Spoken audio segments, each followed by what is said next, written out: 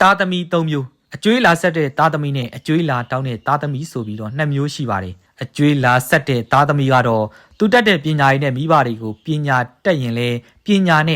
ညာမတက်ရင်လဲခွန်အားနဲ့လှုပ်ကြွေးပြုစုတဲ့သားသမီးမျိုးပါအကျွေးလာတောင်းတဲ့သားသမီးကတော့မိဘစိတ်ဆင်းရဲအောင်လုပ်မယ်ကြီးတိုက်မယ်မသေးခင်အမွေတောင်းမယ်စတဲ့စိတ်နဲ့ဆင်းရဲရအောင်လုပ်မယ်အရှက်ပေးမယ်ဖျားဟောတရားတော်များအရာတော့အတိဇာတတာအနုဇာတတာအဝဇာတတာဆိုပြီးတော့3မျိုးရှိတာပေါ့အတိဇာတသားဆိုတာကတော့မိဘထက်အလွန်ကိုကျင့်သိက္ခာအစတာသွားတာဥပမာဖုန်ကြီးယဟန်အဖြစ်နဲ့မိဘတွေကိုလှုပ်ကြွေးပြုစုတဲ့သားမျိုးသားကောင်းသားမြတ်မျိုးပေါ့အနုဇာတသားဆိုတာကတော့မိဘတွေရဲ့ကိုကျင့်သိက္ခာနဲ့အတူမိဘကိုလှုပ်ကြွေးပြုစုကျွေးမွေးစောင့်ရှောက်တဲ့သားသမီးမျိုးပေါ့အဲ့ဒီ2မျိုးကသားကောင်းသမီးကောင်းတွေပေါ့အထက်မှာပြောထားသလိုအကျွေးဆက်မဲ့သားသမီးတွေပေါ့အဝဇာတသားဆိုတာကတော့မိဘထက်ရုပ်ညံ့တဲ့သားသမီးမျိုးအကျွေးလာတောင်းတဲ့သားသမီးတွေပေါ့မိဘကိုဒုက္ခပေးဖို့တတ်ဖြစ်လာတဲ့သားမျိုး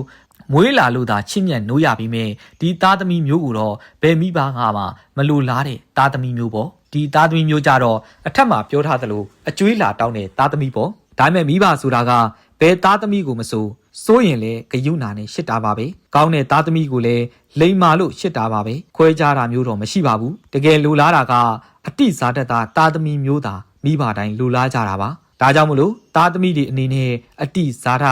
သားသမီးမျိုးအထိမဖြစ်နိုင်ရင်တော့မှအနုဇာတသားသမီးလောက်တော့ဖြစ်အောင်မိဘတွေကိုကျွေးမွေးစောင့်ရှောက်တဲ့သားသမီးတွေဖြစ်အောင်ကြိုးစားကြပါစီသားကောင်းသမီးကောင်းများဖြစ်လို့မိဘတွေကိုအသက်ပေးလို့ကာကွယ်နိုင်ကြပါစေ